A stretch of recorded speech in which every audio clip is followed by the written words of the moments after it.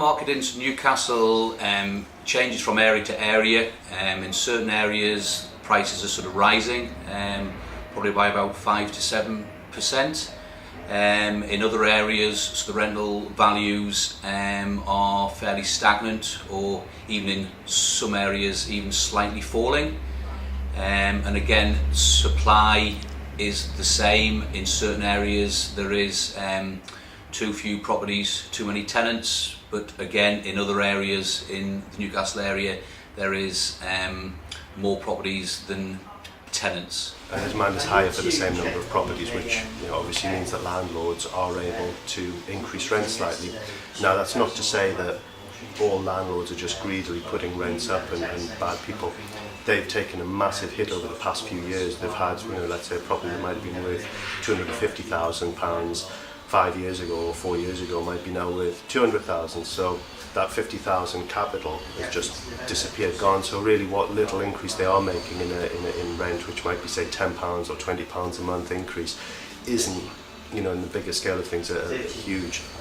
The other thing that you have to look at is inflation. It's going up. Costs are going up, especially if you're a company like ours, which does a lot of professional house shares, which have bills inclusive.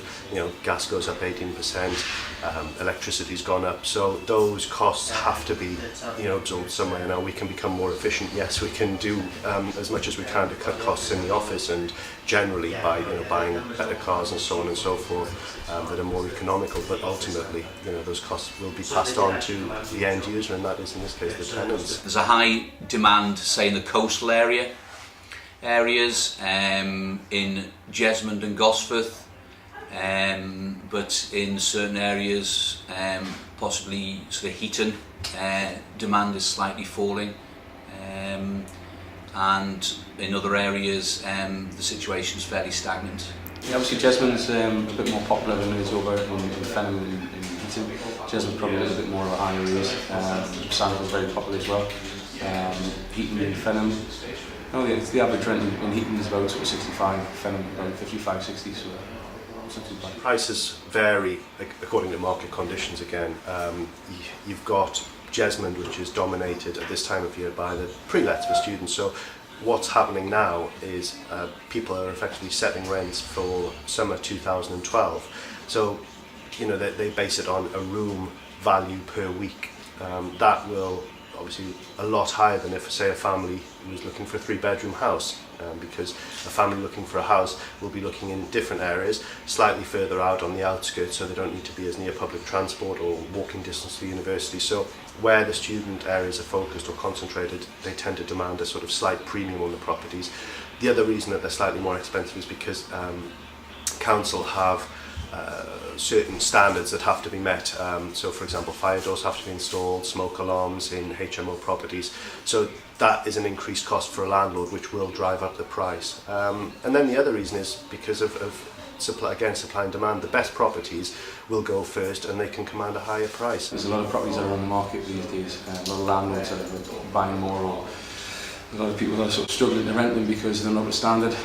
So a lot of money needs to be spent on more properties. It depends on area. Down in the coastal areas, when we get properties on, they tend to go after 1 or 2 viewings. You may get certain properties in other areas, again, maybe sort of like Heaton, sort of Wallsend, where you may view the property 7 to 10 times before a tenant is found.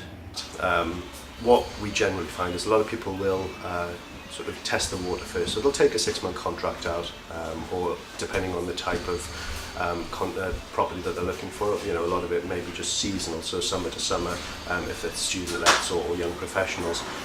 If you've got a family and they want to kind of try out an area, see what's going on, and that's one of the good things about renting, is that you can get a feel for what's going on in an area. Now, if you're happy then after your initial 6 months, if you fix a long-term contract, you can do a 2-year, you can do a 3-year contract, that rent will be fixed for that period of time. So you can protect yourself as well against future rises by tying into a longer contract. So a landlord will generally reward a tenant with a fixed rent if it's over a longer period. It's kind of business sense, and if the tenant is a good tenant and is paying rent on time and so on and so forth, why wouldn't they?